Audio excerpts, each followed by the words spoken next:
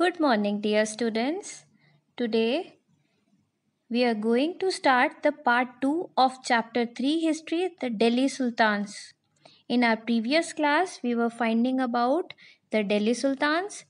Then we discussed the expansion of Delhi Sultanate, and today we are going to start with a new topic of a closer look administration and consolidation under the Khiljis and Tughlaqs. The Khilji dynasty. Jalaluddin Khilji established Khilji dynasty. The founder of Turkish dynasty Jalaluddin Khilji was 70 when he ascended the throne. He defeated the descendants of Balban, being victorious, came to power. He was kind-hearted, mild, and trusting in nature. The most important event during the reign of Jalaluddin was attack on the Yadav city of Devgiri. Next most important ruler in Khilji dynasty was Alauddin Khilji. The new emperor of Delhi, Alauddin Khilji, murdered his uncle Jalaluddin to gain the throne. It was his ambition to establish a vast empire. He introduced more controversial policies. All religious lands were confiscated and marriages between noble families were sanctioned by the king. The emperor also introduced market and price control for food grains, cloth, and other essentials. The land revenue was raised and made more efficient. Thus, the emperor enforced a highly centralized system of government. The 14th century African traveler Ibn Battuta held that Alauddin Khilji deserved to be considered one of the best sultans.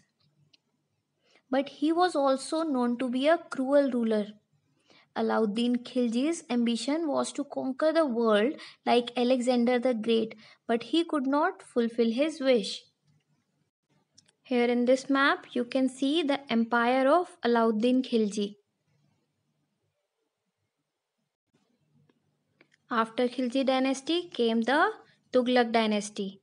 Ghazi Malik ascended the throne as Sultan Ghiyasuddin Tughlaq Shah and founded the third dynasty of the Sultanate. Here you can see the picture of tomb of Ghiyasuddin Tughlaq. Tughlaq dynasty ruled from 1320 till 1414. After that came the Sayyid dynasty. Khizr Khan, the founder of Sayyid dynasty, had collaborated with Timur, and as a reward he was given the governorship of Lahore, Multan and Dipalpur. In 1414 he invaded Delhi and became its master. Alauddin Alam Shah was the last ruler of Sayyid dynasty and hardly did more than sustain the Sultanate in Delhi until 1451.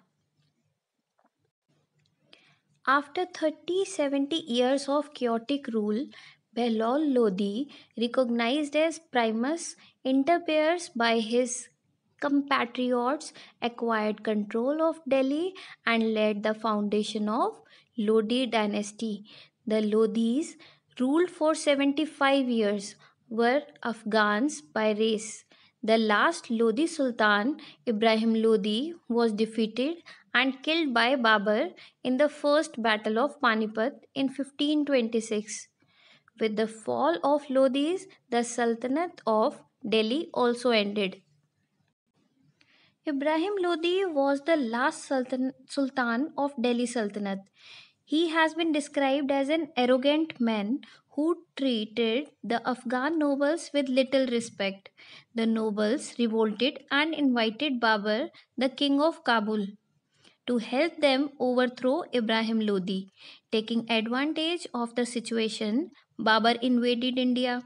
He defeated and killed Ibrahim Lodi in the First Battle of Panipat in 1526. The Afghan nobles, who were hoping that Babur would hand back the empire to them and return to Kabul, were disappointed. He stayed on and founded Mughal rule in Delhi. Students, in our next chapter, we will discuss about the Mughal Empire. Hope you are safe and fine. Take good care of yourself. All the best, children. Study hard.